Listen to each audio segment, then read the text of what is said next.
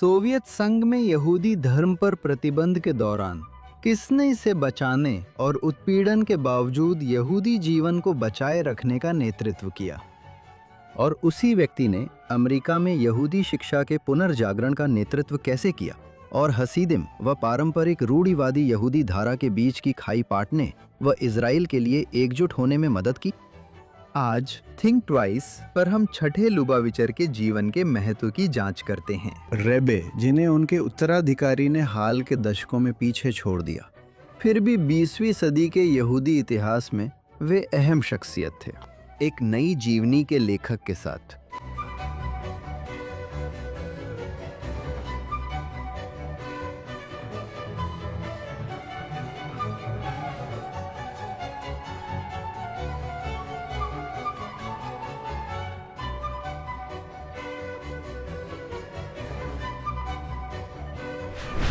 नमस्कार, think twice में आपका स्वागत है। आज हम संघर्ष और राजनीति से हटकर यहूदी इतिहास के अहम अध्याय पर चर्चा करेंगे। जब आप चाबाद और लुबाविच आंदोलन और इसके यहूदी दुनिया पर प्रभाव के बारे में सोचते हैं तो ध्यान हमेशा 7वें लुबाविच रेबे पर ही जाता है। रब्बी मेनाहेम मेंडल श्नेरसन, वो करिश्माई व्यक्तित्व जिन्होंने न केवल अपने आंदोलन को प्रसिद्धि दिलाई बल्कि जिनके स्थान को इतना बड़ा माना गया कि उनके बाद आज तक किसी उत्तराधिकारी का नाम नहीं लिया गया। इसका नतीजा ये है कि हसीदिक दुनिया के बाहर बहुत कम लोग छठे रेबे रब्बी योसेफ यित्साक श्नेरसन पर ध्यान देते हैं, जिनके वे उत्तराधिकारी बने थे। लेकिन अगर हमें ये समझना है कि एक अपेक्षाकृत छोटा हसीदिक आंदोलन कैसे एक वैश्विक घटना बन गया और पिछले 100 वर्षों की महत्वपूर्ण घटनाओं पर इसका क्या प्रभाव पड़ा, हमें उस व्यक्ति के बारे में और जानना है जिसने उस विकास की नींव रखी। इसके अलावा उनका जीवन सिर्फ एक व्यापक रूप से प्रशंसित आस्थावान व्यक्ति की कहानी नहीं है। ये सोवियत दमन के खिलाफ यहूदी प्रतिरोध और नाजियों के संहारक युद्ध के सामने आस्था के सहारे यहूदियों के बचे रहने की कहानी है। साथ ही ये भी कहानी है कि कैसे इस छोटे से संप्रदाय ने द्वितीय विश्व युद्ध के बाद के वर्षों में यहूदी जीवन पर प्रभाव डाला है और आज भी डाल रहा है। कम संख्या के बावजूद इसका बड़ा प्रभाव रहा। हमें खुशी है कि आज रब्बी श्नीरसन की नई जीवनी के लेखक हमारे साथ हैं। रब्बी डेविड एलिएज़र चाबाद लुबाविच आंदोलन के सदस्य हैं और योर्बा लिंडा कैलिफोर्निया में North County Chabad Congregation Beth Meir HaKohen के संस्थापक, निदेशक और आध्यात्मिक नेता हैं। रब्बी एलिएज़र प्रमुख यहूदी संगठनों के समक्ष चाबाद का प्रतिनिधित्व करते हैं और ऑरेंज काउंटी कैलिफोर्निया की यहूदी फेडरेशन और फैमिली सर्विसेज के बोर्ड सदस्य हैं। साथ ही यहूदी एजेंसी फॉर इजराइल के बोर्ड ऑफ गवर्नर्स के सदस्य भी हैं। उनकी रचनाएं कई प्रकाशनों में छपी हैं और वे 2 किताबों के लेखक हैं, 2015 की द सीक्रेट ऑफ चाबाद और हालिया अनडॉन्टेड हाउ द सिक्स्थ लुबाविचर रेबे ने रूसी यहूदियों को बचाया, अमेरिकी यहूदी धर्म को नए ढंग से परिभाषित किया और वैश्विक यहूदी पुनर्जागरण शुरू किया। थिंक ट्वाइस में स्वागत है रब्बी डेविड एलिएज़र।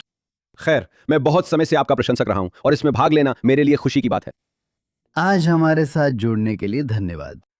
मैं आपसे ये पूछकर शुरू करना चाहता हूं कि आज चाबाद हसीदम के बाहर लोग छठे रेबे के बारे में इतना कम क्यों जानते हैं? 7वें रेबे के प्रयासों से चाबाद यहूदी धर्म में अंतर्राष्ट्रीय शक्ति बना और कई धर्मनिरपेक्ष यहूदियों व अपने आंदोलन में भी उसे गहरी श्रद्धा और प्रतिष्ठा मिली। जैसा कि आप लिखते हैं, वो मुख्य रूप से अपने पूर्ववर्ती के पदचिह्नों पर चल रहे थे और उनकी उपलब्धियों को आगे बढ़ा रहे थे। हमें इस व्यक्ति के बारे में थोड़ा और बताइए कि वो कौन थे? रेबे, पिछले रेबे अपने समय में निश्चित रूप से बहुत प्रसिद्ध थे और लोग वास्तव में उन्हें समझते थे। उदाहरण के लिए, जब वे 1930 में शिकागो में ट्रेन से उतरे तो वहां 15,000 लोग उनका स्वागत करने के लिए मौजूद थे। उन्हें सेंट लुइस, बाल्टीमोर, न्यूयॉर्क सहित पूरे अमेरिका में भी ऐसा ही स्वागत मिला। हालांकि मेरा मानना है कि रेबे ने युद्ध के बाद के दौर में चाबाद को एक हसीदिक समुदाय से एक वैश्विक शक्ति बना दिया। आप जानते हैं, हम मजाक करते हैं, लेकिन मेरा मानना है कि कोई गंभीरता से यह तर्क दे सकता है कि आज चाबाद दुनिया का सबसे बड़ा यहूदी संगठन है, खासकर अगर आप संयुक्त राज्य अमेरिका में कुछ प्यू अध्ययन देखें। रेबे की ऐतिहासिक उपलब्धियां जो उनके ससुर पिछले रेबे से प्रेरित थीं, मुझे लगता है कि सोडोविक ने उनसे आगे निकल गए हैं। चाबाद समुदाय के भीतर वो बहुत प्रसिद्ध थे। रूढ़िवादी यहूदी समुदाय के अन्य वर्गों में भी वो काफी प्रसिद्ध थे। लेकिन मुझे लगता है कि लोग वास्तव में उनके पूरे जीवन को नहीं समझ पाए, और मुझे लगता है कि इस किताब ने जो एक चीज की है वो ये है कि इसने लोगों को उनकी ऐतिहासिक उपलब्धियों की समझ दी है। थिंक ट्वाइस में शामिल होने के लिए धन्यवाद। चाहे आप हमें किसी भी पॉडकास्ट प्लेटफॉर्म पर सुन रहे हों या फेसबुक, एक्स या JNS टीवी पर हमें लाइव देख रहे हों, कृपया JNS को लाइक और सब्सक्राइब करें, नोटिफिकेशन के लिए बेल आइकन दबाएं और हमें अच्छे रिव्यू दें। साथ ही थिंक ट्वाइस के अलावा जॉनथन टोबिन डेली पॉडकास्ट भी है, जहां मैं आज के मुख्य मुद्दों पर खबरें और विश्लेषण साझा करता हूं। आप जॉनथन टोबिन डेली के तहत JNS टीवी और जहां भी आप अपने पॉडकास्ट सुनते हैं वहां डेली शो देख सकते हैं। अब आज के कार्यक्रम पर लौटते हैं। हाँ, आइए थोड़ा और बात करते हैं कि ये व्यक्ति कौन थे, छठे रेबे। क्या आप उस दुनिया के बारे में बता सकते हैं जिसमें वे पैदा हुए और जो उनकी जिंदगी में लगभग खत्म हो गई? साथ ही 19वीं सदी के अंत में जब वे युवावस्था में पहुंच रहे हैं, यहूदियों के सामने क्या विकल्प थे? वो 1880 में पैदा हुए थे। अलेक्जेंडर तृतीय के समय जार की हत्या के कुछ साल बाद रूस में यहूदी विरोध बढ़ा और कई रूसी यहूदी अमेरिका पलायन करने लगे। और सच में उस समय रूस में पारंपरिक यहूदी परिवेश के लिए बहुत बड़ी चुनौतियां थीं। उनका जन्म हुआ।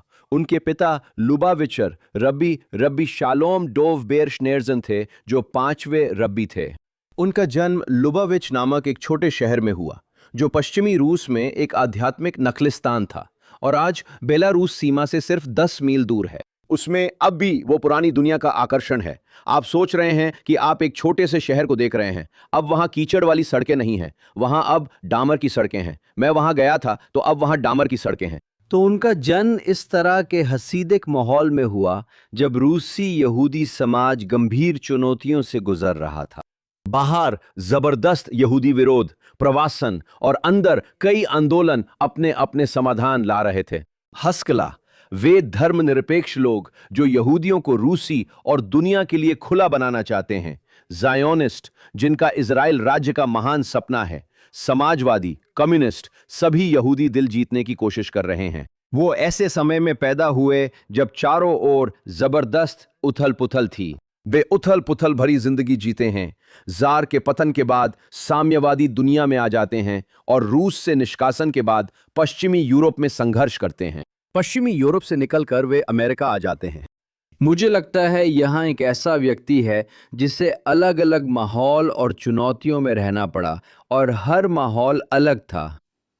हाँ, आपकी किताब की शुरुआत में एक बात मुझे बहुत दिलचस्प लगी, और जब आप खुद आंदोलन का इतिहास बता रहे थे, साथ ही उनकी जीवनी भी, तो आपने कहा था कि रेल मार्ग लुबाविच से होकर नहीं गया था। ये एक रोचक कहानी है, मैं चाहता हूँ आप सुनाएं। लेकिन साथ ही, क्योंकि आप जानते हैं ये एक ऐसी जगह थी जिसे मानो इतिहास पीछे छोड़ता जा रहा था, और फिर भी ये आदमी जो इस बहुत ही, आप जानते हैं, स्पष्ट रूप से अलग थलग जगह पे बड़ा हुआ, फिर उसने विश्व मंच पर दबदबा बनाया।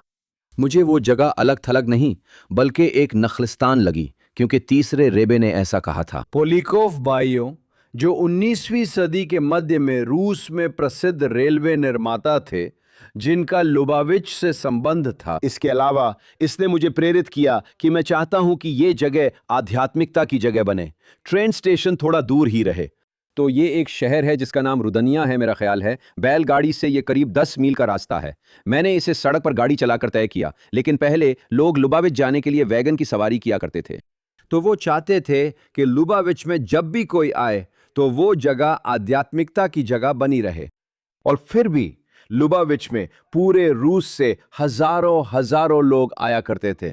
तो भले ही आपको ट्रेन लेनी पड़ती थी और फिर बैलगाड़ी, या ट्रेन के आने से पहले सिर्फ बैलगाड़ी से जाना पड़ता था, फिर भी ये रूसी यहूदियों के लिए एक आध्यात्मिक केंद्र था।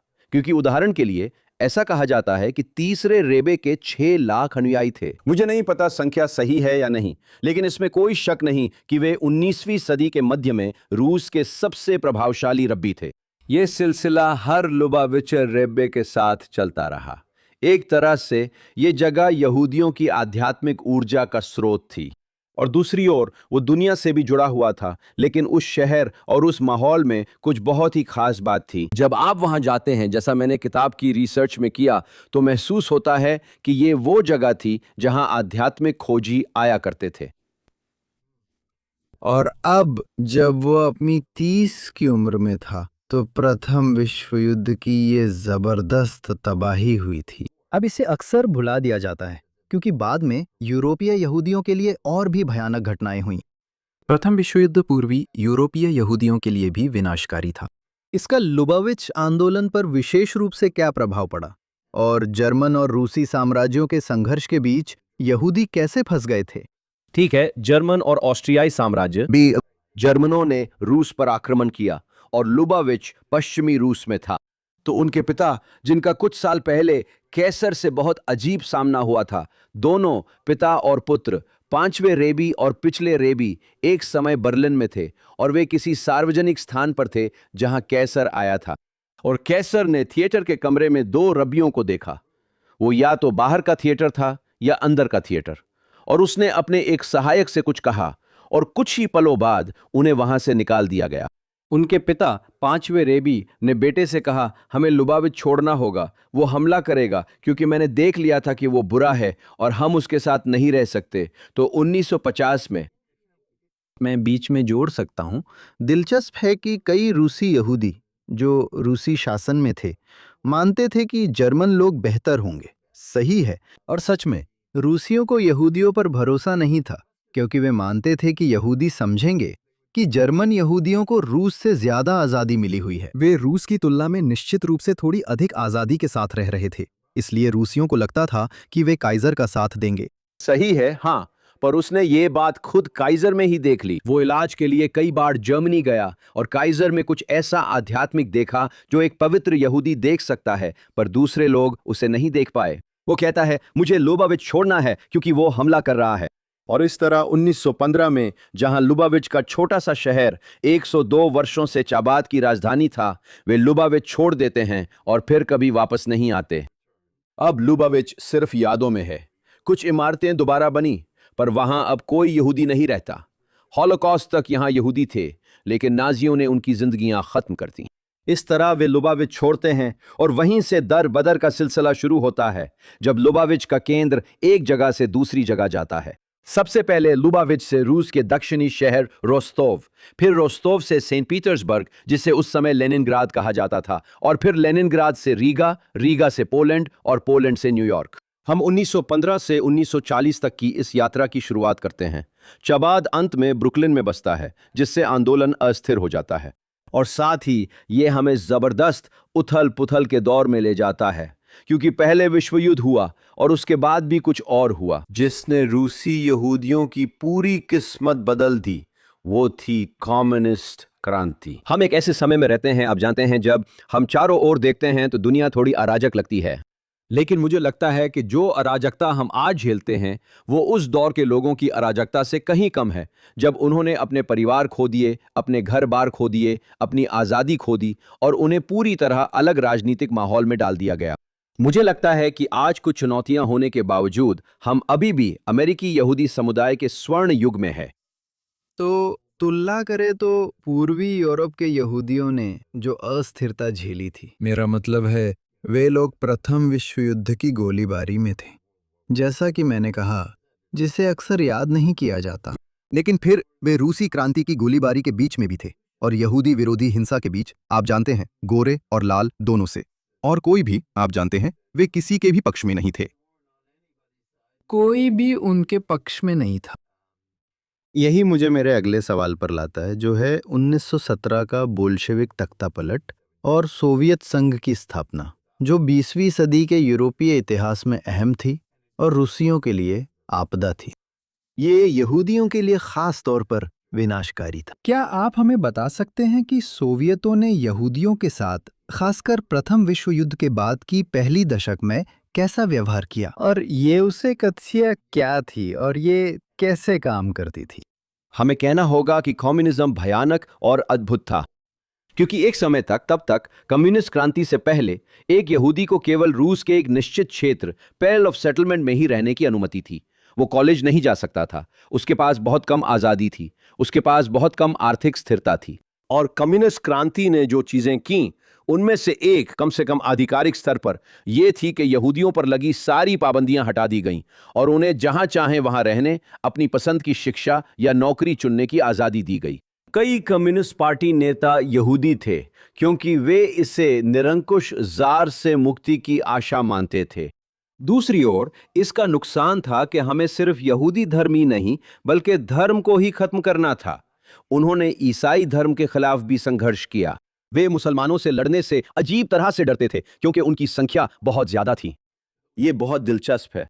उन्होंने इसे बनाया जो आज के दौर में भी जाना पहचाना सा लगता है। हाँ, आज हम अनैतिकता का सामना करने से डरते हैं। आप जानते हैं, जब हम मुस्लिम समुदाय में हिंसा या राजनीतिक कट्टरता देखते हैं तो हम उसका सामना करने से डरते हैं।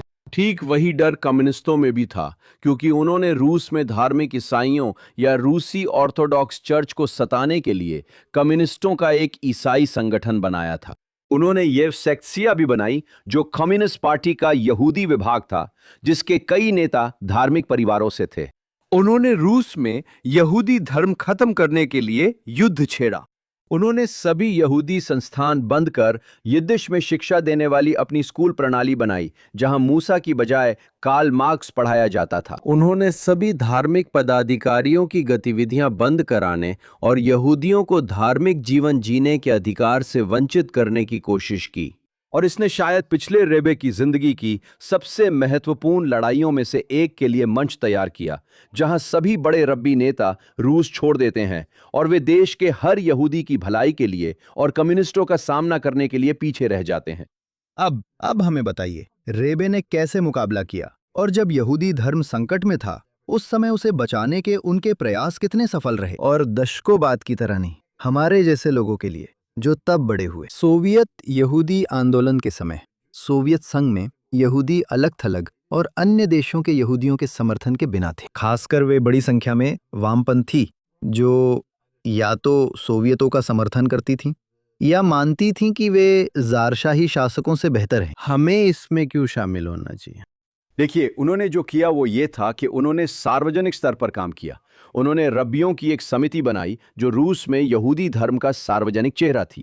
और इसके अलावा 1924 में उन्होंने अपने सबसे करीबी 9 हसीदों को लिया और उन्होंने इब्रानी में, जिसे चेस ब्रीथ कहा जाता है, वो किया, जो एक ऐसा समझौता था कि वे रूस में यहूदी धर्म को जीवित रखने के लिए जीवन भर समर्पित रहेंगे।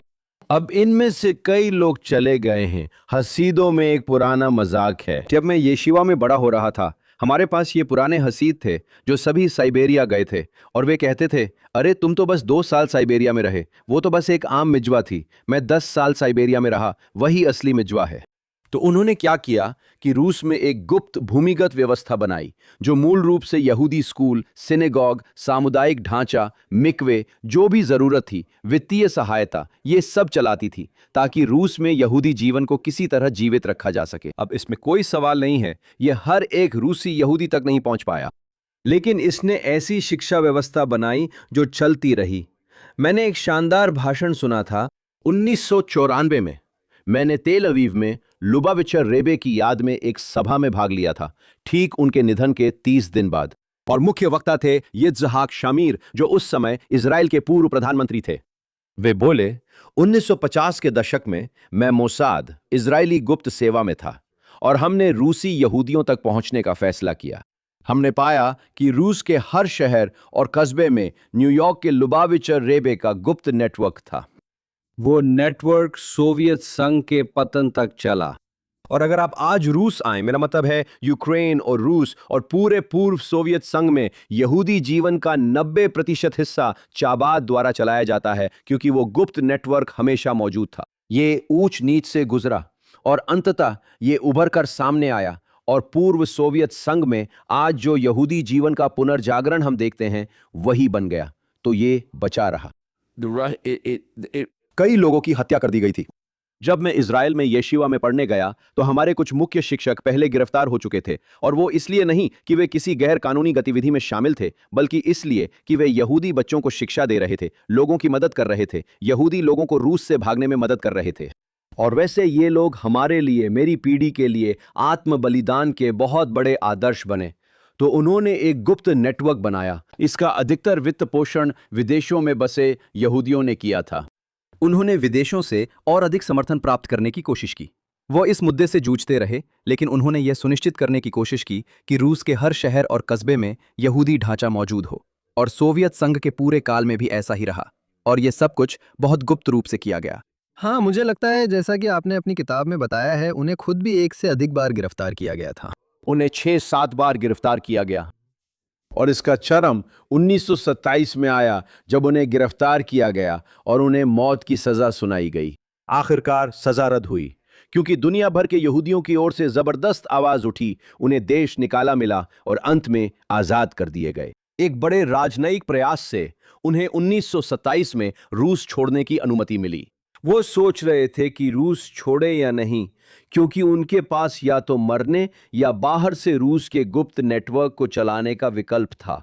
उन्होंने यही चुना। उनकी तबीयत खराब थी, मेरा मतलब है ये वही समय था, आप जानते हैं, किताब में आपने उनकी स्वास्थ्य समस्याओं के बारे में काफ़ी चर्चा की है, जिसे एक तानाशाही सरकार सक्रिय रूप से प्रताड़ित कर रही हो। एक भूमिगत आंदोलन का नेता होना, आप जानते हैं, ये एक बहुत ही स्वस्थ व्यक्ति के लिए भी एक डरावना काम है, लेकिन एक ऐसे व्यक्ति के लिए जो सच में, आप जानते हैं, गंभीर स्वास्थ्य समस्याओं से जूझ रहा था, उसके लिए ये काम और भी ज्यादा मुश्किल हो गया होगा। जैसे जैसे साल बीते गए, उनकी सेहत और भी ज्यादा खराब होती गई। 1932 में डॉक्टरों ने उनकी एमएस की पुष्टि की। मुझे लगता है असली दिलचस्प बात यह है कि रूस में उनकी सेहत में कुछ दिक्कतें थीं, लेकिन रूस छोड़ने के बाद ये और गंभीर हो गईं। मेरे हिसाब से सबसे दिलचस्प यह है कि 1940 में अमेरिका आकर उन्होंने अमेरिकी यहूदी समुदाय बदलने की क्रांतिकारी सोच रखी।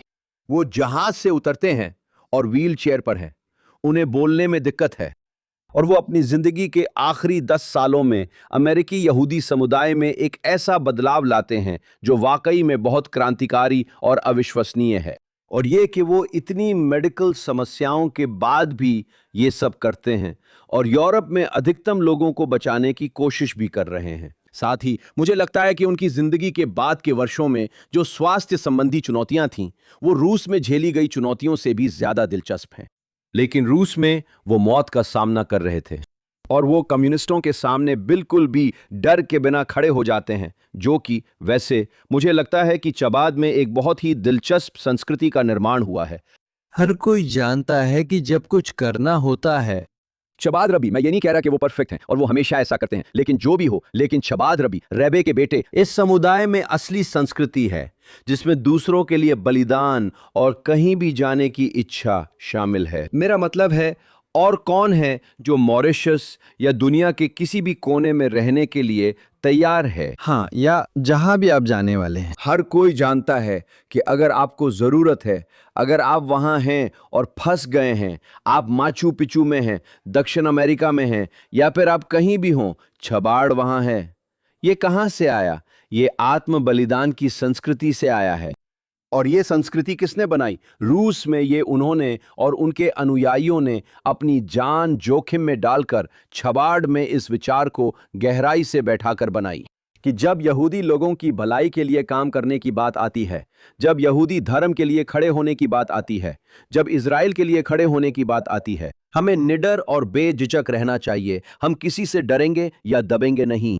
मैं अक्सर सोचता हूं, जब मेरे येशिवा के शिक्षक ने साइबेरिया में 9 साल बिताए और मुझे भी मुश्किलें आईं, वैसे ही जैसे सभी को आती हैं। मैं ऑरेंज काउंटी के उपनगरीय इलाके में एक छबाड़ केंद्र बनाने आया था, जो भगवान की कृपा से सफल रहा, हालांकि कई कठिन सालों का सामना करना पड़ा। मैं हमेशा सोचता हूं, मेरी मुश्किलें, जैसे पैसे जुटाना, उन लोगों की तुलना में कुछ नहीं जो गुलाग भेजे गए थे। मुझे लगता है कि इससे छबाड़ में एक ऐसी संस्कृति बनी जिसने विश्व यहूदी समुदाय को प्रभावित किया। हाँ, इससे चीज़ों को सही परिप्रेक्ष्य में देखना आसान हो जाता है। अब आपकी किताब में एक दिलचस्प साइड स्टोरी जो सामने आती है, खासकर द्वितीय विश्व युद्ध से पहले के इतिहास में या उसके दौरान भी, वो है छबाड़ और जॉइंट डिस्ट्रीब्यूशन कमेटी, या जॉइंट के बीच कभी सौहार्दपूर्ण और कभी तनावपूर्ण संबंध। ये संस्था तब भी और आज भी दुनिया भर में संकटग्रस्त यहूदी समुदायों के लिए यहूदी परोपकारी सहायता का मुख्य स्रोत है। द्वितीय विश्व युद्ध से पहले छबाड़ और जॉइंट के बीच तनाव के मुख्य बिंदु क्या थे?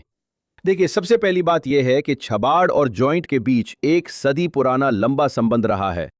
ये शादी जैसी है, कभी सब ठीक रहता है, कभी असहमति हो जाती है। हालांकि 20 और 30 के दशक में पिछले रेबे की जॉइंट के साथ गहरी असहमतियां थीं, उन्होंने कभी सार्वजनिक आलोचना नहीं की। उन्होंने ये निजी तौर पर किया क्योंकि वे जॉइंट के कार्यों को महत्व देते थे। और ऐसा भी था, आप जानते हैं, आजकल रूस में मुझे लगता है कि वास्तव में कम्युनिस्ट युग के पतन के बाद रूस में बहुत होड़ थी कि कौन प्रमुख संगठन बनेगा, क्या होने वाला है। मुझे लगता है कि उस समय जॉइंट के साथ कुछ तनाव भी थे जो अब वास्तव में शांत हो गए हैं और अब हम उनके साथ सहयोग में काम करते हैं। हालांकि जो 20 और 30 के दशक में हुआ, मुझे लगता है कि वो मानव इतिहास में यहूदी परोपकार की सबसे बड़ी गलती है, जो कि जॉइंट है था। जॉइंट के प्रमुख फेलिक्स वॉलबर्ग थे, जो उस समय याकूब शिफ के दामाद थे, जो मुझे लगता है कि तब तक गुजर चुके थे।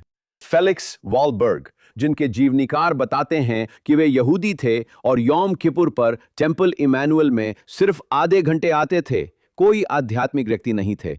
वो 1926 में रूस गए थे और रूस में रूसी कम्युनिस्ट, येजवेक्शिया और कम्युनिस्ट ये चाहते थे कि यहूदियों की कॉलोनियां बनाई जाएं जहां यहूदी कृषि में शामिल हों। रेबे चाहते थे कि यहूदियों को शहरी इलाकों में अपने घरों में निजी काम करने और अपनी समुदायों में सामुदायिक ढांचे के साथ रहने दिया जाए। वे जितना संभव हो सके घर आधारित उद्योगों के जरिए अपनी आजीविका कमा सकते थे। और हुआ ये कि वॉल स्ट्रीट के इस टाइटन ने जॉइंट को कम्युनिस्टों के साथ साझेदारी करने के लिए आगे बढ़ाया और लगभग 1924 यानी 1920 के दशक के मध्य से लेकर 1937 तक उन्होंने इस कृषि क्षेत्र में आज के हिसाब से करीब 250 मिलियन डॉलर लगाए। वे यहूदियों के लिए कृषि बस्तियां बनाने में कम्युनिस्टों के साझेदार बन गए। जहां आप आते हैं वहां न सिनेगॉग है, न स्कूल, न सामुदायिक संरचना, बस यहूदियों को अच्छे कम्युनिस्ट बनाने की कोशिश हो रही है। और इसका अंत बुरा होता है क्योंकि 1937 में स्टालिन, जो सबके खिलाफ हो गया था, उसने जेडीसी के खिलाफ भी रुख कर लिया और रूस में जेडीसी के 200 कर्मचारी थे जिन्हें या तो निर्वासित कर दिया गया, मार दिया गया या कैद कर लिया गया। वे इसे अमेरिका में छुपाते हैं ताकि उनकी प्रतिष्ठा खराब न दिखे। आप जानते हैं हमारे लोगों के साथ क्या हुआ, और मेरे लिए ये थोड़ा चौंकाने वाला है क्योंकि मैं कभी नहीं भूल सकता मुंबई में हुए आतंकवादी हमलों में हुई मौतों को, जिन्होंने हमें अंदर तक झकझोर दिया था। और यहाँ जॉइंट ने 200 लोगों को खो दिया और उन्होंने इसे छुपा लिया।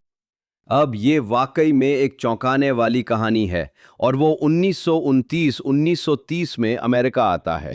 उसका मुख्य ध्यान यूरोप में जॉइंट के उन नेताओं के साथ काम करने पर रहा है जो उसका बहुत सम्मान करते हैं। जैसा कि एक ने अमेरिकी नेताओं को रिपोर्ट में लिखा, रेबे ही जानते हैं कि रूस में चीजें कैसे पहुंचानी हैं, यानी पैसा, संगठन, लॉजिस्टिक्स, वो ये सब कर चुके हैं। अगर आप चाहते हैं कि रूस के किसी शहर में किसी यहूदी की मदद सुनिश्चित हो तो रीगा, लातविया में रेबे को पैसे दें। कुछ महीनों में वो पैसा रूस में होगा और उस आदमी के पास पहुंच जाएगा। हालांकि वालबर्ग इतने आश्वस्त थे कि वो सही काम कर रहे हैं, वो 1926 में रूस जा चुके थे। उसने गांव देखे, वालबर्ग 6, वालबर्ग 7, हर कोई वहां अपने कृषि उपकरणों के साथ खड़ा था। उन्होंने उस आदमी को धोखा दिया। वास्तव में पुटेमकिन गांव, हाँ, टाटांका गांव।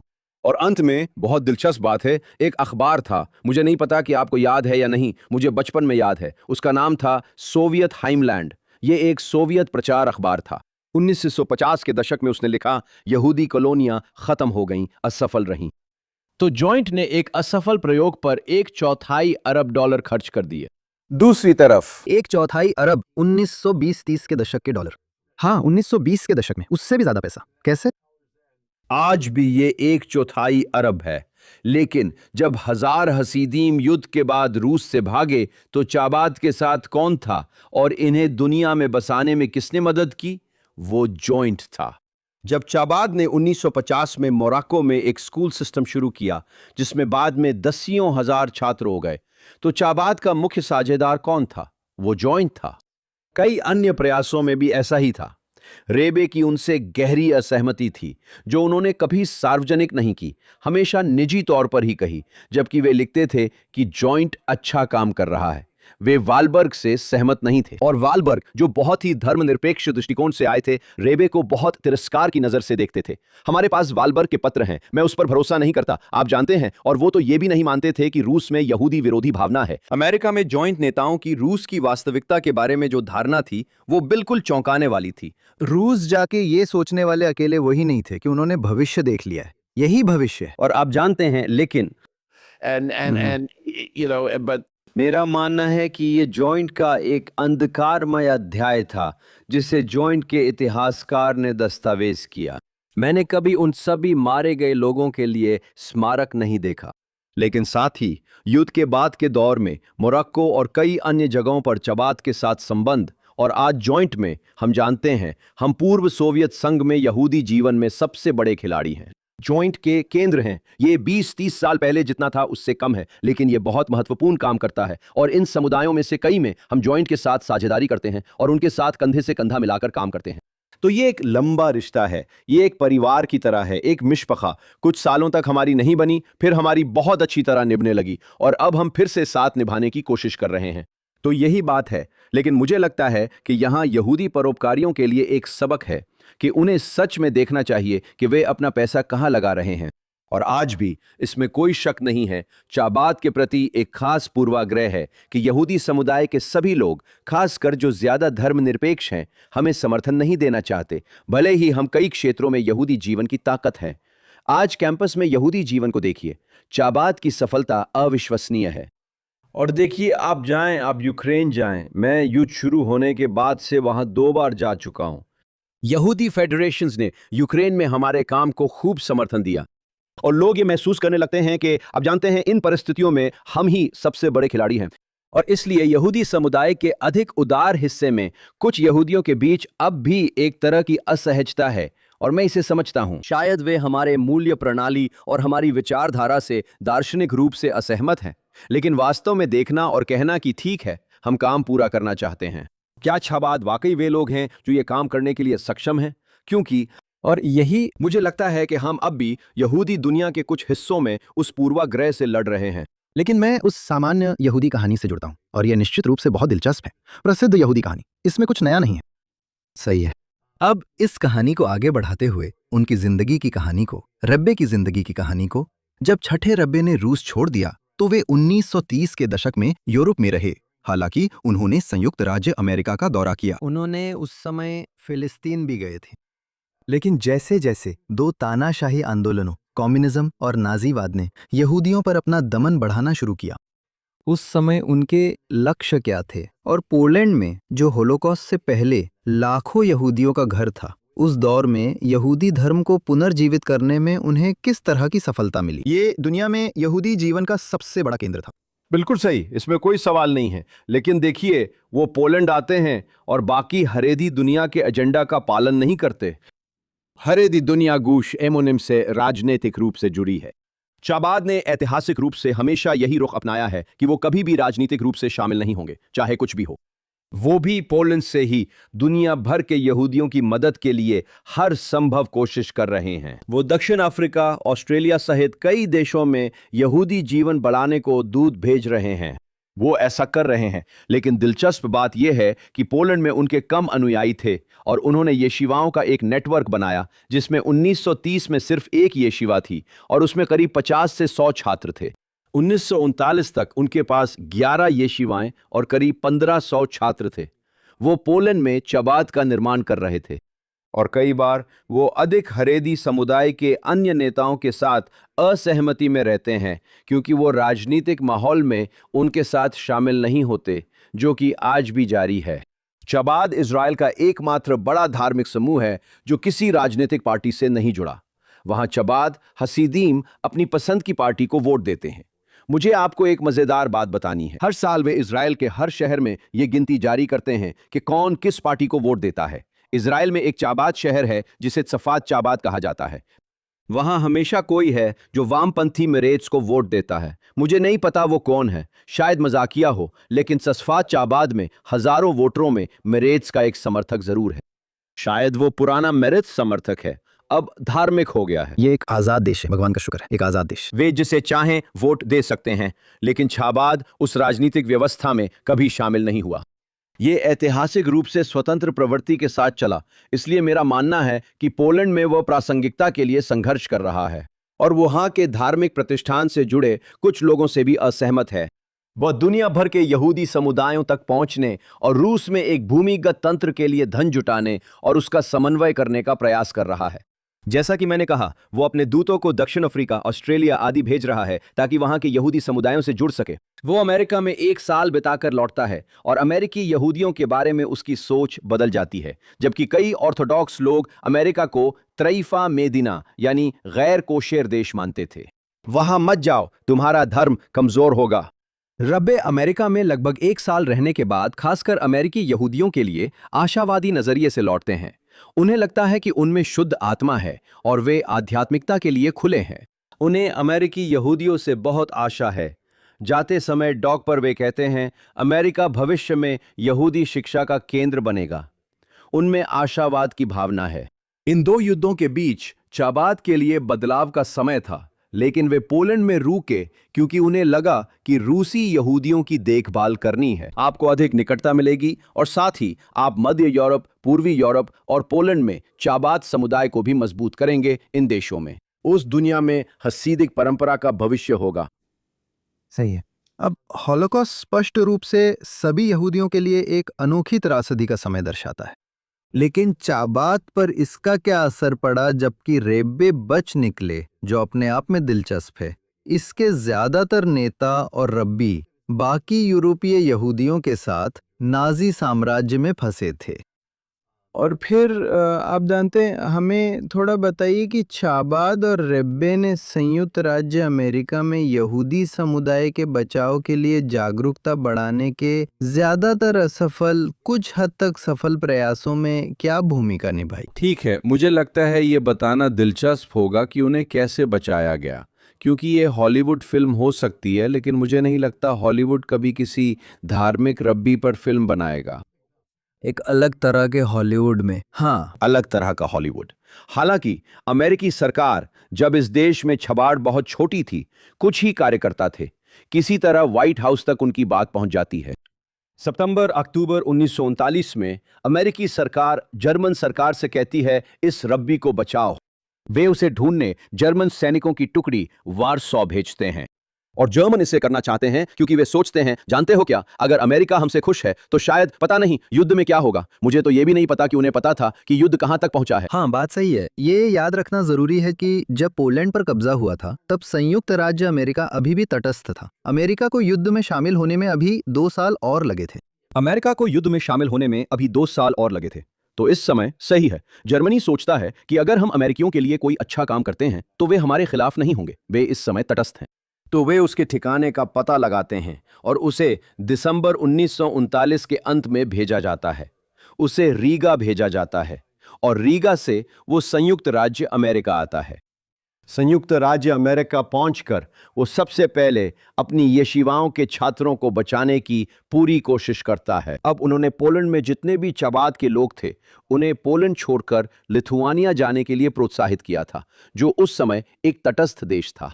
और वो पूरी दुनिया में पत्र भेजना शुरू करते हैं ताकि वीजा मिल सके, ताकि ऐसे स्थान मिल सकें जहां वे जा सकें।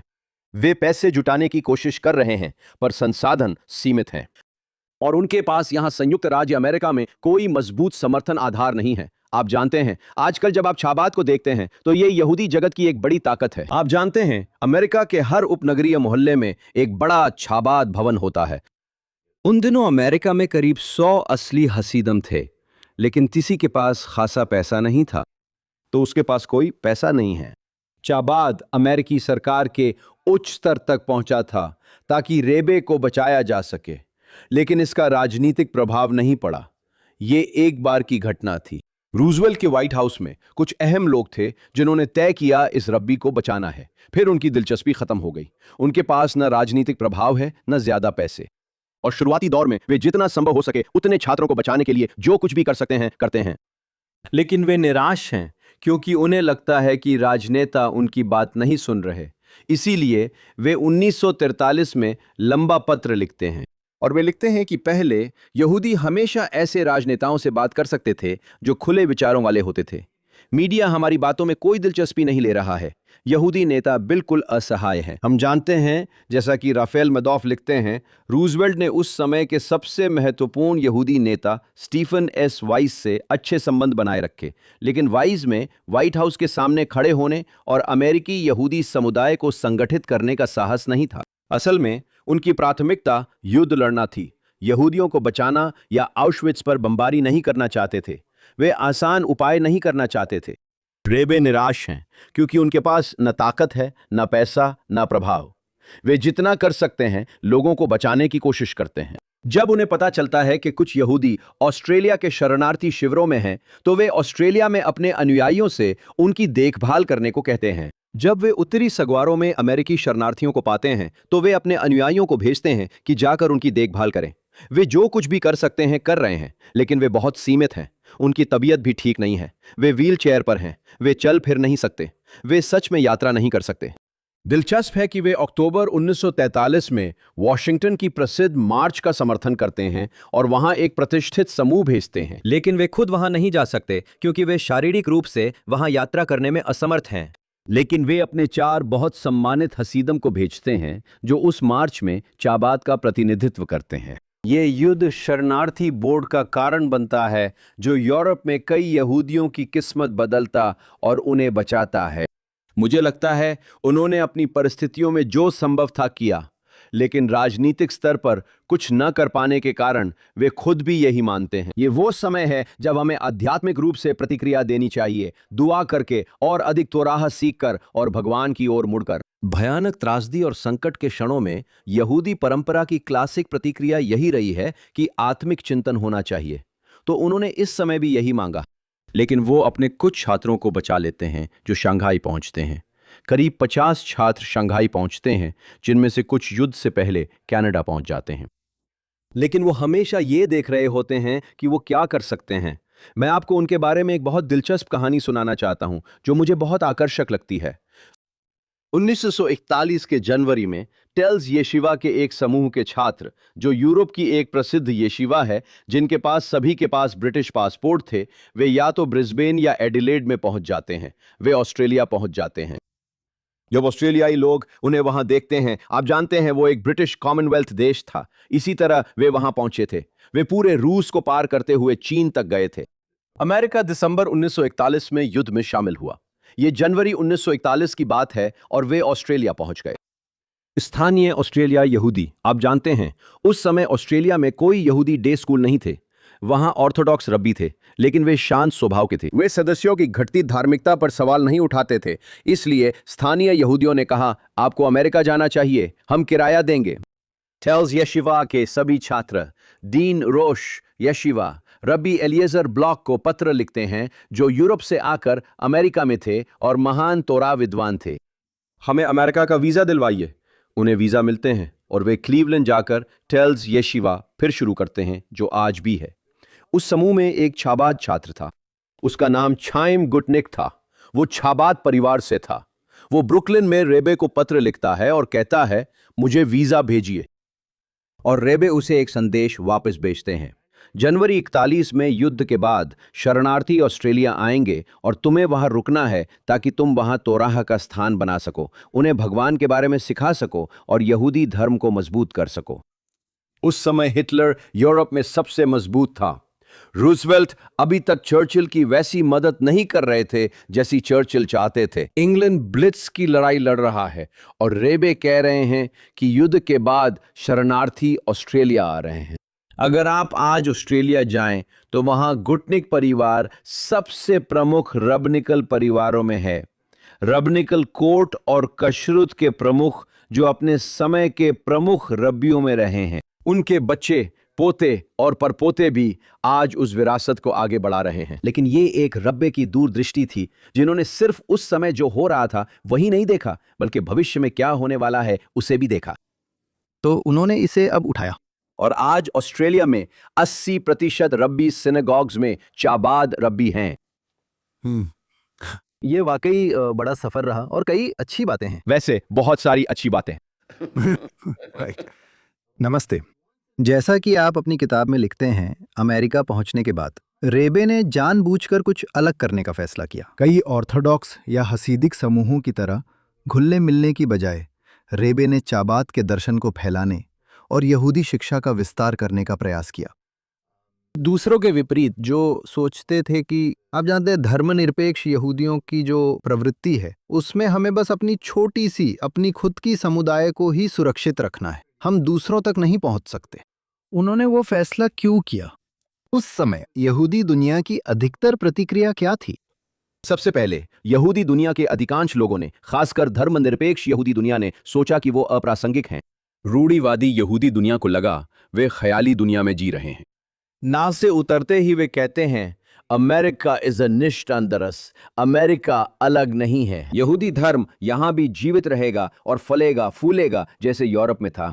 और आप उस अभिव्यक्ति पर 2 अध्याय समर्पित करते हैं। बिल्कुल सही, और ये एक बहुत ही महत्वपूर्ण अभिव्यक्ति है, और यही वो है जो उन्होंने युद्ध के 5 वर्षों में किया और जो उन्होंने युद्ध के बाद किया। ये दोनों चीजें बहुत महत्वपूर्ण हैं। और जो वो करते हैं वो ये है कि वो अमेरिका में पारंपरिक यहूदी धर्म के दृष्टिकोण को रक्षा से आक्रमण में बदल देते हैं। वो इंतजार नहीं करेंगे कि आप या वो एक दूसरे के पास आएं।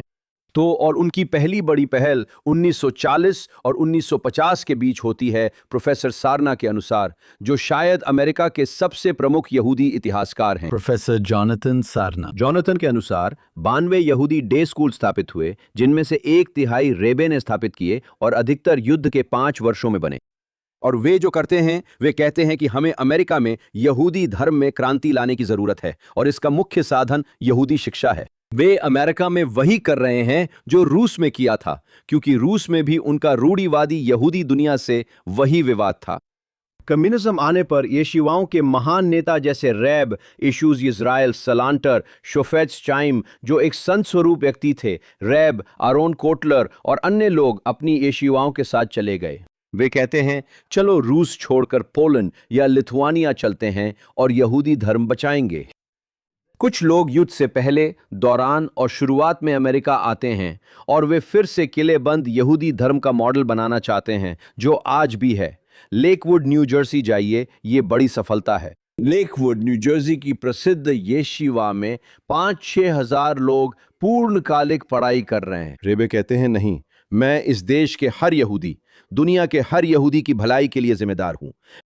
ये एक वैश्विक नेता की सोच है। वे कहते हैं, मैं अमेरिका में यहूदी शिक्षा की सोच बदलने के लिए नेटवर्क बनाना चाहता हूं। अधिकांश अमेरिकी यहूदी सोचते हैं कि पब्लिक स्कूल, कॉलेज, यूनिवर्सिटी और इस देश में सफलता की कुंजी हैं। वो मुख्य धारा के खिलाफ जा रहे हैं। यहां यहूदी शिक्षा का स्तर बेहद कम है। मेरे लिए सबसे अच्छा वर्णन वही था जो एक रब्बी ने मुझे बताया था, जो अब जीवित नहीं है लेकिन उस द्वार पर थे। वह उसी दिन डॉक पर थे जब रेबे आए थे और उन्होंने मुझे ये कहानी सुनाई। रब्बी हर्शल फोगलमैन को पिछले रेबे ने 40 के दशक के मध्य में वूस्टर मैसाचुसेट्स में एक यहूदी डे स्कूल शुरू करने भेजा गया था। उनके बच्चे आज भी उनकी विरासत आगे बढ़ा रहे हैं। अब मैं बताता हूं कि उन्होंने मुझे क्या कहा। उन्होंने कहा, उन दिनों अमेरिका में कुछ ही येशिवाएं थीं। अमेरिका की मुख्य येशिवा थोरा वोडास थी। आज भी ये एक महान येशिवा है, एक महान येशिवा। और वे रबी फोगलमैन थोरा वोडास में 18-19 साल के येशिवा छात्र थे। उन्होंने कहा कि अमेरिका के कुछ धार्मिक यहूदी खुद को ऐसे महसूस करते थे जैसे घास के मैदान में वैगन ट्रेन हो और मूल अमेरिकियों ने घेर रखा हो। हम सभी ने पुराने वेस्टर्न फिल्में देखी हैं जिसमें वैगन ट्रेन गोल घेरे में होती है और मूल अमेरिकी चारों ओर घूम रहे होते हैं। वे गोली चला रहे होते हैं और सभी अपनी रक्षा करने की कोशिश कर रहे होते हैं और भारतीय उन पर हमला करने की कोशिश कर रहे होते हैं। इसके बाद अमेरिकी घुड़सवार सेना आकर मूल अमेरिकियों को भगा देती है। फोगलमैन ने बताया कि रेबे अमेरिकी घुड़सवार सेना की तरह आए और उनका मकसद सिर्फ मूल निवासियों को भगाना नहीं बल्कि पूरे महाद्वीप पर कब्जा करना था। उन्होंने अमेरिकी यहूदियों की सोच को रक्षा से आक्रमण में बदला और अपनी ही समुदाय में उनकी सोच को ऊंचा उठाने के लिए संघर्ष किया। उन्हें ऑर्थोडॉक्स दुनिया से भी संघर्ष करना पड़ा, जो देखती है कि अमेरिका में संस्थाएं बनाने वाले लोग भी यहूदी धर्म के किले जैसे मॉडल अपना रहे हैं। हम बच्चों के लिए संस्था बनाएंगे, पूरे समुदाय को नहीं बदलेंगे। रेबे क्रांतिकारी हैं। और अब हम देखते हैं 2026 में हाल ही में हुए प्यू अध्ययन के अनुसार हर साल 1/3 अमेरिकी यहूदी छबाड़ जाते हैं। आप जानते हैं ये वाकई हैरान करने वाला है। दूसरे शब्दों में कोई ये तर्क दे सकता है कि छबाड़ में आने वाले लोगों की संख्या, जिनमें 80-90% ऑर्थोडॉक्स नहीं है, आज के रिफॉर्म में आने वालों से भी ज्यादा है। मुझे लगता है आप इसके लिए सांख्यिकीय तर्क दे सकते हैं। एक और भी चौंकाने वाला बयान, और ये भी दिखाता है कि जिस तरह से हम खुद को अलग अलग समूहों में बांटते हैं और अपनी पहचान बनाते हैं, वे पुराने तरीके अब इस समय लगभग अप्रासंगिक हो चुके हैं। बिल्कुल सही। हम देख रहे हैं कि 1940 में वो नाव से उतरता है और अमेरिकी यहूदी धर्म की दिशा बदलना चाहता है। छबाद कहता था, अगर 1/3 आ रहे हैं तो बाकी 2/3 को भी मुख्य दरवाजे से लाना होगा। लेकिन इस समय वो इस देश में पारंपरिक यहूदी धर्म की दिशा बदल रहा है।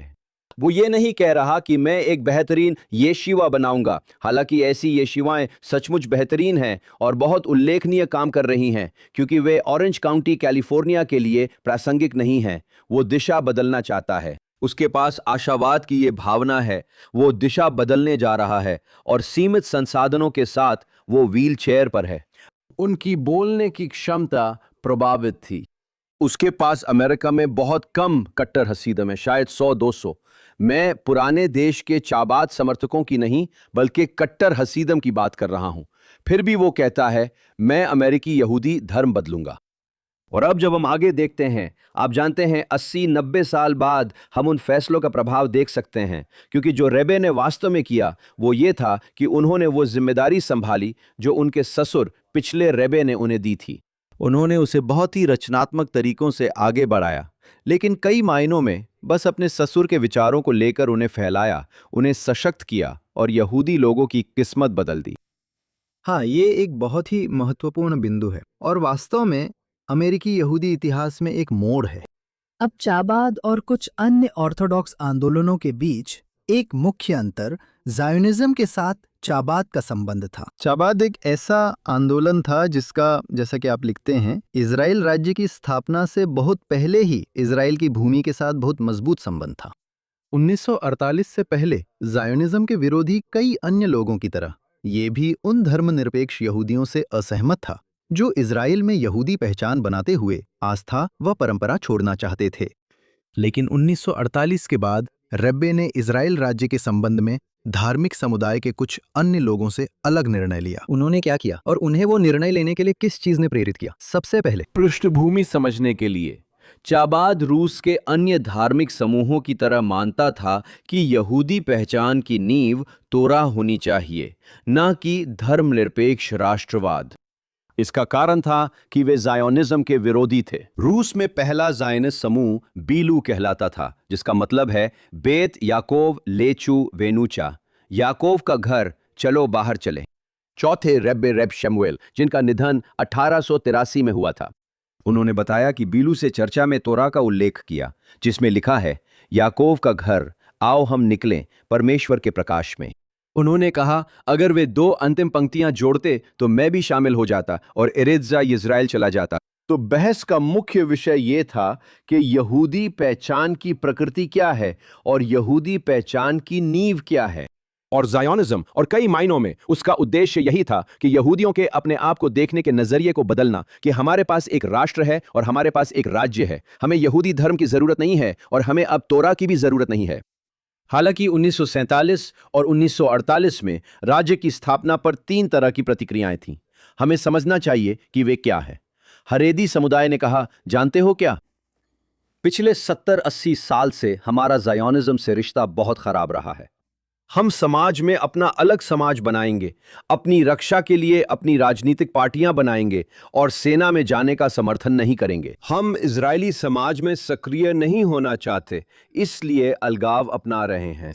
धार्मिक जायोनिस्टों ने कहा कि राज्य मुक्ति प्रक्रिया की शुरुआत है और इजराइल राज्य के लिए प्रार्थना में रेशेत समीखुद गुलातेनु शब्द हैं, यानी हमारी मुक्ति का पहला पुष्पन।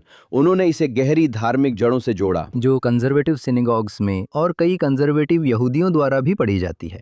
छाबाद ने मध्य मार्ग चुना और कहा कि उसने दोनों तत्वों में संतुलन बनाया। सबसे पहले, हम आधुनिक इजरायली समाज से अलगाव के विचार से सहमत नहीं हैं। हम उस समाज में शामिल होना चाहते हैं। पिछले रेबे ने कहा था कि सभी को देश की रक्षा में भाग लेना चाहिए और सेना में जाना चाहिए। असल में जब तक सुप्रीम कोर्ट ने, जिसे लेकर इजराइल में मुझे अपनी शिकायतें हैं, इसे खत्म नहीं किया, हमारे पास था, ये एक विषय है जिसे हमने इस पॉडकास्ट में कवर किया है। बिल्कुल। हमारे बीच कई सालों तक अनौपचारिक समझौता था। 20 सालों से ये नियम था कि छवार और रबीनिकल छात्र, सिर्फ लड़के, येशिवा में पढ़ते और फिर सेना में जाते थे। 2 हफ्ते पहले इजरायली रक्षा मंत्री ने खेद जताया कि इजरायली सुप्रीम कोर्ट द्वारा छबाड़ समझौता रद्द किए जाने से हम कई बेहतरीन सैनिक खो रहे हैं। हम ही एकमात्र हरेदी वर्ग थे जो सेना में जाने को तैयार थे। हमने दर्जन से ज्यादा छबाड़ सैनिक खोए, पर इससे वे और पवित्र नहीं हो जाते। 7 अक्टूबर से शुरू युद्ध में कई सैनिकों ने भी जान दी है। तो हम एक निश्चित व्यवस्था के तहत बाद में सेना में जाने को तैयार थे। हम चाहते थे कि हमारे लड़के कुछ समय के लिए येशिवा में बैठकर पढ़ाई करें, और इन सभी वर्षों में हमारी सरकार के साथ बहुत अच्छा कार्य संबंध रहा है। हम इजरायली समाज से सक्रिय रूप से जुड़ना चाहते थे और राजनीति में शामिल नहीं होने का फैसला किया। हम व्यक्तिगत रूप से किसी राजनीतिक पार्टी को वोट कर सकते हैं। कुछ पार्टियां छबाड़ वोट के लिए प्रतिस्पर्धा करती हैं, लेकिन छबाड़ समर्थन नहीं करता। ये 2 चुनावों में असामान्य परिस्थितियों में शामिल हुआ था, लेकिन वो 30 साल पहले की बात है। हम इजरायली चुनावों में शामिल नहीं होते। हमारे कुछ सिद्धांत हैं। वेबे हमेशा इस बात को लेकर बहुत चिंतित थे कि जमीन छोड़ना इजराइल राज्य की सुरक्षा को खतरे में डाल देगा, जो सुरक्षा के मुद्दे पर आधारित है, और ये बात बहुत दुखद रूप से बिल्कुल सही साबित हुई है। लेकिन इसमें समय लगा। हम इजरायली समाज का हिस्सा बनना चाहते हैं। हम अब भी चिंतित हैं कि धर्मनिरपेक्ष राष्ट्रवाद यहूदी पहचान की जगह ले रहा है, और ये अब भी हमारे लिए एक मुद्दा है। हम इससे भाग नहीं रहे। साथ ही मैं आपको एक दिलचस्प आंकड़ा बताऊंगा जो वाकई चौंकाने वाला है। नॉर्थ अमेरिका की यहूदी फेडरेशनों ने 1 साल पहले यहूदी राष्ट्रवाद और अमेरिकी यहूदी समुदाय पर एक अध्ययन जारी किया था, पर सब कुछ सार्वजनिक नहीं किया गया। आंकड़े यही हैं। सुधार आंदोलन में 32% लोग खुद को यहूदी राष्ट्रवादी मानते हैं। रूढ़िवादी समुदाय में ये 55% है। ऑर्थोडॉक्स में ये 65% है। और चाबाद में, जो कि फिर से ये ज्यादातर गैर धार्मिक यहूदियों, गैर ऑर्थोडॉक्स यहूदियों की बात कर रहा है जो चाबाद जाते हैं, 82% कहते हैं कि वे जायनवादी हैं। इस अध्ययन के सामने आने पर मैं अमेरिकी यहूदी नेताओं के समूह में था और मैंने पूछा, हमारे और आपके बीच क्या फर्क है? मैंने कहा, आप लोग बैलफोर और हिटलर की बात करते हैं, और नहीं, हिटलर नहीं, भगवान न करे, बैलफोर और हर्जल, मैंने गलती से बोल दिया। बैलफोर एंड हर्जल, जिनके महान विचार थे, वे एक राज्य बनाना चाहते थे। हम इब्राहिम और ईश्वर के बीच हुई मूलभूत वाचा की बात करते हैं, जिसमें इजराइल की भूमि यहूदी लोगों की है। दूसरे शब्दों में, एरेतीजा इस्राएल यानी इजराइल का विचार यहूदी पहचान का मूलभूत सिद्धांत है, जो हमारी आध्यात्मिक जड़ों तक जाता है। ये अजीब है। वामपंथी जायनिज्म विरोधी यहूदी सिर्फ ये बात ही नहीं, और भी कई चीजें नकारते हैं। अजीब यह है कि वो आंदोलन कई वर्षों तक जायनिज्म विरोधी रहा, क्योंकि धर्मनिरपेक्ष राष्ट्रवाद का पहलू आज प्रवासी यहूदियों में आधुनिक इजराइल राज्य के लिए सबसे बड़ा आधार और समर्थन का स्थान है। ये आंकड़े मेरे बनाए नहीं हैं। आप किसी भी इजरायली राजनयिक से पूछ सकते हैं। मुझे फर्क नहीं पड़ता कि वो पेरू, प्राग्वे, ऑस्ट्रेलिया या अर्जेंटीना में है।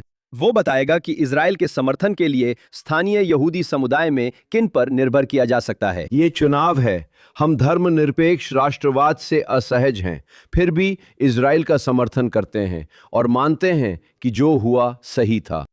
इन सभी युद्धों में जो हुआ वो चमत्कारी था, और मैं इस विचार को एक बहुत ही दिलचस्प बयान के साथ समाप्त करूंगा। हम एंटेबे छापेमारी की 50वीं वर्षगांठ मना रहे हैं, और मैं आपके साथ साझा करना चाहता हूं कि लुबाविचर रेबे ने उस छापेमारी के 1 या 2 हफ्ते बाद क्या कहा था।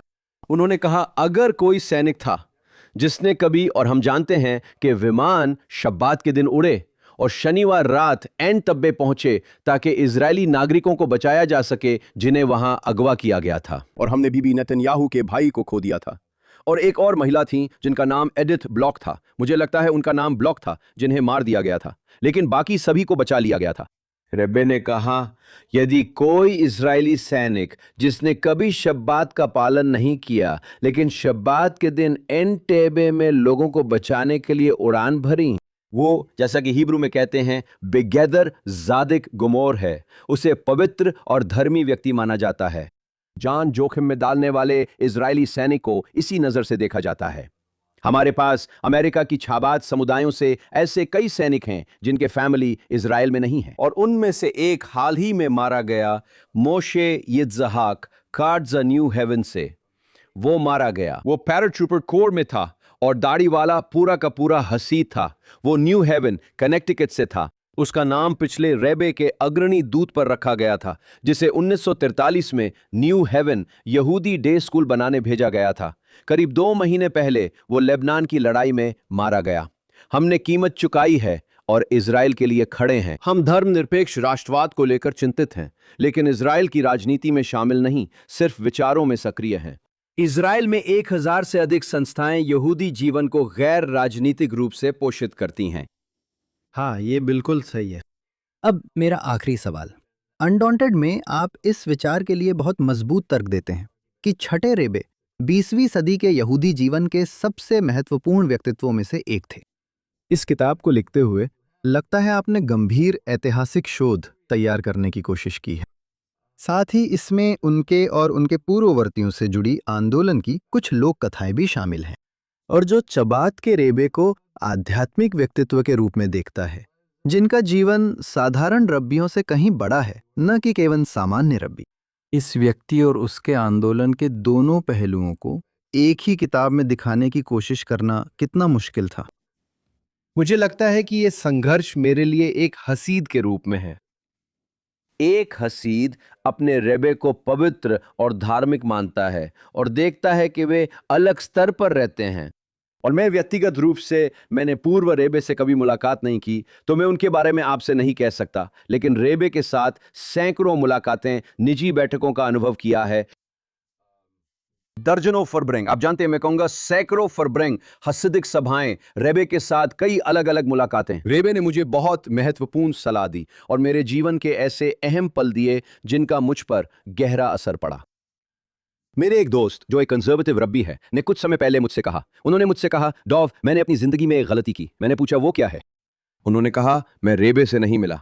मैंने कहा, आपने 2 चीजों का सामना नहीं किया।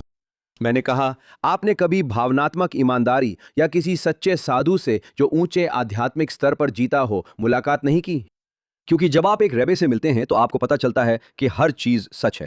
और दूसरी बात कि वे एक ऊंचे आध्यात्मिक स्तर पर जी रहे हैं। तो मैं आपको वो कहानियां सुना सकता हूं जिन्हें हम रेबे की कहानियां कहते हैं। आप जानते हैं, मेरा खुद का एक अनुभव है रेबे के साथ जो सचमुच एक चमत्कार था, और मैंने वास्तव में किताब में उन सभी तरह की कहानियों से दूरी बनाए रखी।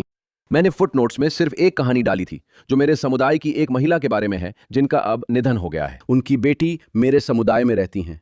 उनकी मां को 1932 में ट्रेन स्टेशन पर रेबे से आशीर्वाद मिलने पर दृष्टि मिल गई थी, इसलिए मैं उस दिशा में नहीं गया। मैं ऐसी किताब लिखना चाहता था जो किसी की महिमा गाथा न हो, बल्कि सच्ची हो और सब कुछ समेटे हो। इसमें 120 पन्नों के स्रोत दिए गए हैं। अगर आप मेरी बातों से सहमत नहीं हैं तो स्रोतों को चुनौती दें, शायद मैं गलत हूं। यह गंभीर ऐतिहासिक शोध है और मुझे इसी तरह प्रशिक्षित किया गया। आप जानते हैं, मैंने इतिहास की पढ़ाई की है, पत्रकारिता की नहीं। मुझे लगता है कि यह बहुत महत्वपूर्ण था। मुझे लगता था कि यह बहुत महत्वपूर्ण है क्योंकि ज्यादातर किताबें जो हमें मिलती हैं, जो महान रब्बियों की जीवनी हैं, खासकर ऑर्थोडॉक्स दुनिया में, वे मूल रूप से महिमा मंडन करने वाली किताबें हैं। वे उनकी कठिनाइयों के बारे में बात नहीं करती, वे उनकी चुनौतियों के बारे में बात नहीं करती। जो बात हमें पिछले रेबे के बारे में इतनी अनोखी लगती है वो ये है कि उन्होंने अपने आंतरिक संसार के बारे में बहुत कुछ लिखा है। हमारे पास उनके लिखे हजारों पत्र हैं, हमारे पास उनकी लिखी डायरी हैं। 1943 में हॉलोकॉस्ट पर लिखते हुए उनके दुख की असली झलक मिलती है। 1 साल पहले अमेरिका से लिखे पत्र में वे कहते हैं, मैं सब कर रहा हूं, कोई हसीद नहीं सुन रहा। वे बहुत निराश हैं। हमारे पास असली, वे अपनी स्वास्थ्य समस्याओं के बारे में खुद लिखते हैं। हम उन्हें उन्हीं के शब्दों में देखते हैं। और यही इस किताब को लिखने में मेरी सबसे बड़ी खुशकिस्मती थी कि मेरे पास इतना सारा सामग्री था जो उन्होंने खुद लिखा था, वगैरह वगैरह। काश मैं ये 25 से 30 साल पहले लिख पाता, तब मैं उनसे गहरा संबंध रखने वाले कई लोगों से मिल पाता। मुझे मुश्किल हुई क्योंकि मैं सिर्फ तारीफों से भरी, सब कुछ शानदार दिखाने वाली किताब नहीं लिखना चाहता था। लोग महान रब्बियों की कहानियां सुनाते हैं कि वो पैदा होते ही 6 साल में मिशना तलमूद सीख लेते हैं। वो 12 साल के थे, पर उनकी जिंदगी में कभी दुख या परेशानी नहीं आई। ये सही नहीं है और मैं उस माहौल को नहीं अपनाना चाहता था। और यही एक वजह है, उदाहरण के लिए, कि मेरे पास एक मुख्य धारा का यहूदी प्रकाशक है, खुरैन मैगिड, जो खुरैन का ही एक विभाग है, जो मुझे नहीं मिला। मैं ऐसी स्वतंत्रता चाहता था। अब मुझे हैरानी होती है कि छाबाद बहुत आत्म आलोचनात्मक और स्वतंत्र सोच वाला समुदाय है, जहां व्यक्तिगतता की भावना प्रबल है। भगवान का शुक्र है मुझे आलोचना मिली है। शायद मैंने कहीं छोटी गलती की हो, लेकिन किताब को खूब सराहना मिली और मैं इससे बहुत हैरान हुआ हूं। तो मुझे लगता है कि चूंकि रेबे अपने बारे में इतनी खुलकर लिखते हैं और चूंकि विषय इतना दिलचस्प है, साथ ही मैंने सिर्फ उनकी उपलब्धियां नहीं देखी, बल्कि उन्हें दूसरों की उपलब्धियों के ऐतिहासिक संदर्भ में भी परखा। जब कई लोग इतिहास लिखते हैं, खासकर ऑर्थोडॉक्स दुनिया में, वे सिर्फ अपना नजरिया ही सही मानते हैं। मैं दूसरों की उपलब्धियों को भी महत्व देता हूं, इसलिए ये मेरे लिए संघर्ष था। मैंने कुछ अध्यायों पर खास मेहनत की। मैं कहूंगा कि अध्याय 10 जो युद्ध के वर्षों से जुड़ा है, उसे समझने में मुझे 3-4 महीने लगे, क्योंकि उसमें कठिन मुद्दे थे। लेकिन मुझे लगता है कि उनका जीवन वाकई में असाधारण है और हम देखते हैं कि उन्होंने, सबसे पहली बात, मुझे सच में विश्वास है जो मुखपृष्ठ पर लिखा है, उन्होंने सच में बचाया रूसी यहूदी समुदाय, सोवियत यहूदी समुदाय। क्योंकि आज रूस और पूर्व सोवियत संघ में जो यहूदी धर्म है, वो लगभग पूरी तरह उसी भूमिगत परंपरा से बाहर आया है। उन्होंने अमेरिकी यहूदी धर्म की दिशा बदल दी और अपने जीवन के अंतिम वर्षों में, जिसके बारे में मैंने अंतिम अध्याय में लिखा है, उन्होंने भी कुछ क्रांतिकारी किया। क्योंकि 1946 के अंत और 47 में 1000 छब्बाड़ हसीदिम रूस से झूठे पोलिश पासपोर्ट पर भाग निकले। ये सिर्फ हॉलीवुड फिल्म नहीं है, ये नेटफ्लिक्स सीरीज है। फिर भी वे ऐसा नहीं करेंगे, क्योंकि भगवान न करे वे कुछ अच्छा करें। अब वे रूस से भाग जाते हैं। ये लोग 25-30 साल कम्युनिस्ट दमन में जी चुके हैं और थक चुके हैं। मेरा भाई, कजिन और मैं खुद साइबेरिया गए थे रब्बे का नजरिया समझाने के लिए। एक व्यक्ति सेमाज गरेविच हैं, जिन्होंने सोवियत जेल में 5 साल बिताए और अपने परिवार संग रूस से भाग गए। वो जर्मनी आता है, डीपी कैंप्स में रहता है और अमेरिका जाने की कोशिश करता है। आखिरकार 1949 में क्यूबा पहुंचता है, लेकिन अमेरिकी वीजा नहीं मिलता। वो अमेरिका में अपने चाचा को लिखता है, जो रेब्बे के सचिव हैं, और मदद के लिए रेब्बे को संदेश देने को कहता है। रेब्बे एक नोट वापस बेचते हैं। सेमाच यहां इतनी जल्दी क्यों आ रहा है? क्यूबा में बहुत सारी चीजें करनी है। एक रब्बी थे, चबाद के रब्बी नहीं, जो उसे सैंटियागो से चिट्ठियां भेजते थे। वो समाज को सैंटियागो भेजते हैं और उसे यहूदी स्कूल खोलने को कहते हैं। उन्होंने पूछा, अमेरिका क्यों जा रहे हो? क्यूबा में यहूदी हैं, उनकी देखभाल करनी है। ये कास्ट्रो से पहले की बात है। वो व्यक्ति 5 साल साइबेरिया में रहा, अपनी पत्नी बच्चों के साथ अकेला था। वो क्यूबा में अकेला हसीद है। तुम वहां क्यूबा के यहूदी जीवन को बदलने के लिए क्या कर रहे हो? ठीक है, जब वो सब काम कर लेता है तो समाज को संदेश भेजता है कि अब वो आ सकता है और वो अमेरिका आ जाता है। लेकिन वो इन हसीदों को, जो इस भयानक सोवियत अवसाद से बाहर आए थे, और उन रबनिकल छात्रों को जो शंघाई से बचकर आए थे, उन्हें बुलाता है और कहता है, ठीक है दोस्तों, लड़के और लड़कियां, मैं चाहता हूं कि तुम ऑस्ट्रेलिया जाओ, तुम फ्रांस जाओ, तुम लंदन जाओ, तुम इजराइल के नए चाबाद शहर में जाओ। वो अगर आप आज दुनिया भर में देखें और आप जाएं और देखें कि आज फ्रांस में चबाद क्या है, जहां फ्रांस के आधे रब्बी चबाद रब्बी हैं। अगर आप इंग्लैंड या ऑस्ट्रेलिया जाएं, जहां आज चबाद है, इसमें कोई सवाल ही नहीं। आप जानते हैं, सभी सिनेगॉग्स में 80% रब्बी चबाद रब्बी हैं, स्कूलों में भी। ये दक्षिण अमेरिका का सबसे बड़ा संगठन है। इन जगहों पर वो अपने करीबी हसीदिम भेजकर भविष्य की नींव रखते हैं। वे थके हुए हैं, कम्युनिज्म देख चुके हैं। वे इस मामले से उत्साहित नहीं हैं, संघर्ष कर रहे हैं, सब उनकी नहीं सुन रहे, और वे दुनिया भर के यहूदी समाज को बदलना चाहते हैं।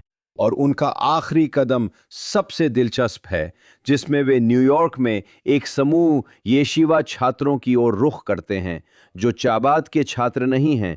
छुट्टियों के आसपास 1950 में, सितंबर 1950 में उन्होंने कहा, मैं तुम्हें मोरक्को यहूदी स्कूल व्यवस्था बनाने भेजना चाहता हूं।